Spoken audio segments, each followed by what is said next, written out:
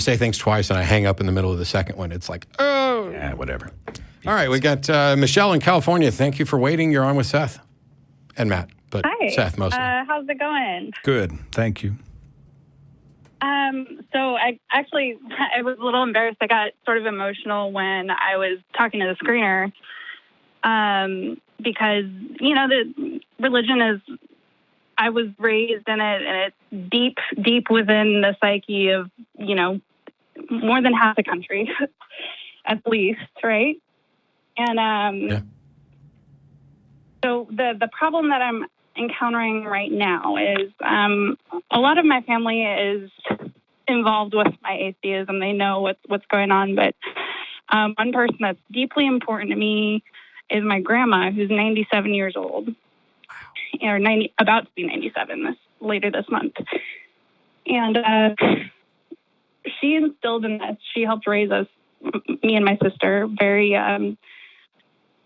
intimately, and faith and education were kind of the pillars that she raised us on. And I have completely pursued education, and that sort of undermined my religious belief. And one of the last conversations that I was having with her on the phone was about how I don't really find spiritual fulfillment in church anymore. And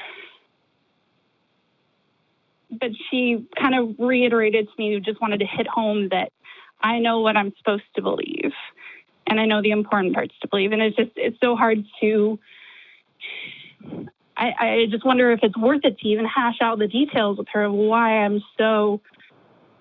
feel so differently than how I was raised to believe. That's the question I was going to ask, and that's this. I know what my reasons are for doing this show and why I do debates and things like that.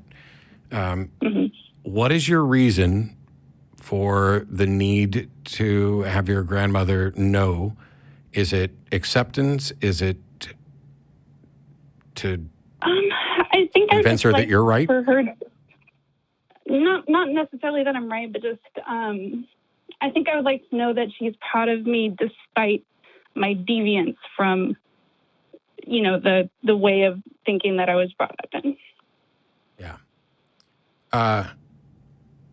But I don't even know if that's possible. I don't know. I don't. Where's it possible? I don't know. I think you might be putting on yourself the responsibility of someone else being proud of you, and that's really going to be up to her. Now, I don't ever. If you came out to your grandmother and she wasn't proud of you, if she decided to cut you off, you have to consider how you would feel about that, and compare that to if I never got, if I even pretended or kept lying. I'm pretty sure she loves you and was proud of you, irrespective of this one aspect of your life. So why does that have to be the cornerstone of everything? I mean, I'm an atheist. I'm as atheist as you're probably going to find, and yet it is not even remotely the most important thing in my life. Well, and I don't know that not telling her the details of your rejection of a theistic God is even dishonesty. I think you're just choosing who you share that part of yourself with and deciding not to burden a 97-year-old woman who likely will not change her mind and might be hugely grieved if she believes in hell. I don't know. By the way, we're not telling you not to. We're just asking the questions that we know you've already asked. It's a situational sort of thing, like, So where are you on this now? I've been writing letters. That seemed to be pretty helpful, more just for me than for anything else. As far as the gratitude that I have for the role that she played in my life is so much bigger than religion. And I don't know. It's a sort of a loss of that feeling of closeness. What you have done is a tremendous gift. You put into writing how she changed your life, how she's made you better. What an amazing and humanistic gift you have given this person. I think there are a ton of opportunities for you to maintain and cultivate human connection without the God questions ever really getting in the way. If they do, you can sort of tell her as much as you want. But if it's really connection and touch and moments while you still have her, being together, expressing love, and in whatever way you're comfortable expressing love, I think those are the moments to focus on. And the God question, I think that wouldn't be, in my own situation anyway, that wouldn't be where I spend my time. I think I'd make it about the person. Well, and generally I do try, and as a family, we do very much engage in the presence of each other. That's that's where we get our value. But God and religion has been such a cornerstone. It's like the key thing that's kept our family together for, whatever. But my life is clearly different from your life. I have no grandparents left. My last grandmother died a month or so ago. She was 91. She was my favorite grandmother, the one I was closest with. We had loads of fun. Actually, I've talked before when I was up there, I visited her at Christmas, and she was, saying things and, getting old as hell. And I'm like, well, you've been saying that since you were my age. And, I hope I hope none of you have to live this long. And then 10 minutes later, she and I over sitting there playing cards and laughing. And I was like, Grandma, if I live long enough to play cards at 91 and laugh, it'll be worth it. And for the longest time, after I was out and doing the show, I didn't want to tell my extended family at all. I wasn't as worried about the grandmother I'm talking about now. I was more concerned about what the other one would think of me, because that family was a little more strictly religious than loosely. And it kind of drove a wedge between me and that would be my dad's mother, where we just didn't interact. And I do regret that a little bit, because I know she knew, because I'm evidently the gossip target of the family, so everybody knew. But, being the black sheep, I know she knew, but I never had any conversation with her to find out what she thought. I know what her religious views were, but I don't have the slightest clue what she thought of the fact that her grandson was no longer not only not associated with her religion, but actively opposing it.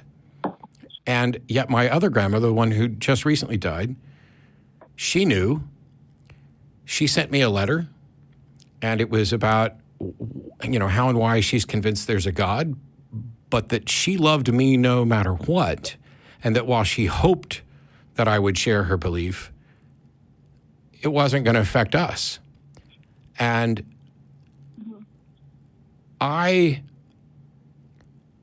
she was my favorite for a lot of reasons, but that was a big one. The fact that the thing that I was most worried about, especially when I just found my way out, was, oh my gosh, I'm going to be alienated from everybody in my family. I had to come to grips with the fact that I had to be fine with that if people cut me out of their life because they couldn't accept who I was, it was more important for me to be who I was. I also had to come to grips with the fact that it's not my job or responsibility to change everybody's mind. And one thing that probably didn't hit me as hard until fairly recently is it's not my job to have someone else accept me. Your family when you act like family, to borrow a phrase from Isn't it though? Tin People. That's the evolutionary imperative of family, is to be accepted. It's the thing that we have, but I prefer the family that I make, and the family that accepts me for me, and the people who I find that I share interests and passions with and care about. If there's somebody who's blood related to me, who's a toxic influence on my life or can't accept me for who I am, as sad as it is to lose that person, my life is almost certainly better off without them. It's the reason this goes to forgiveness loosely too. I've used this several times, and I had somebody tell me that I didn't understand forgiveness from a Christian perspective. And I was like, well, I was a Christian. I think I understand it. But what's more important is I think I understand it better now. I forgive people not for their benefit, but for mine, because I don't need to carry that baggage around and let what they did continue to affect my life. And it ties to this notion of acceptance too. If my grandmother, if I told her and she was like, I don't ever want to have anything to do with you, that would have crushed me like a bug. But I would have gotten over it, and I would have forgiven her, because she's just as much a victim of indoctrination and bad thinking as I was. And I know that the thing that is keeping her from accepting me has nothing to do with me and has nothing to do with us. It's something that was done to her, and I could never hold that against her. I'm fortunate that that's not at all what happened. I hope that if you have that conversation, I hope that you get that outcome or even better. It's just important that you realize it may not be as necessary as you think to have that conversation. Ultimately, you're the one who's going to have to decide what's more important to you. Yeah. Well, thank you very much. And the more that I work on these letters, the more that I think that this is going to be kind of like the outlet that I need. Whether or not I ever send it to her. Oh my God, publish them. Regardless. Publish them. If they don't make it to your grandmother, publish them. You will help so many other people. And you can include in there whether or not you shared with them and what the results were. And you will be aiding some, because you are not remotely alone. The number of people that we deal with who have been ostracized from families, who have had to deal with all of this stuff, it's constant. You've heard the calls before. We get emails all the time. There are entire organizations devoted to helping people who are in that situation where somebody's religious view has driven a wedge.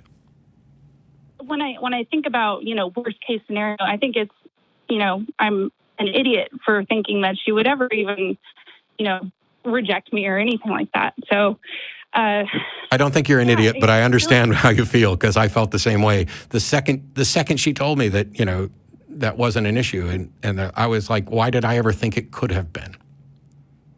Yeah. And the only reason I did is because I'd seen it happen to other people, but they're not me, and their grandma wasn't as fucking awesome as mine was. My grandmother was fucking awesome. And I think yours probably is too. Yeah, she really is. I appreciate the call, Michelle. We are way over time. Thank you, Michelle. Please feel free to reach out to us again and let us know what happened. And my God, publish those letters. Thank you. Thank you.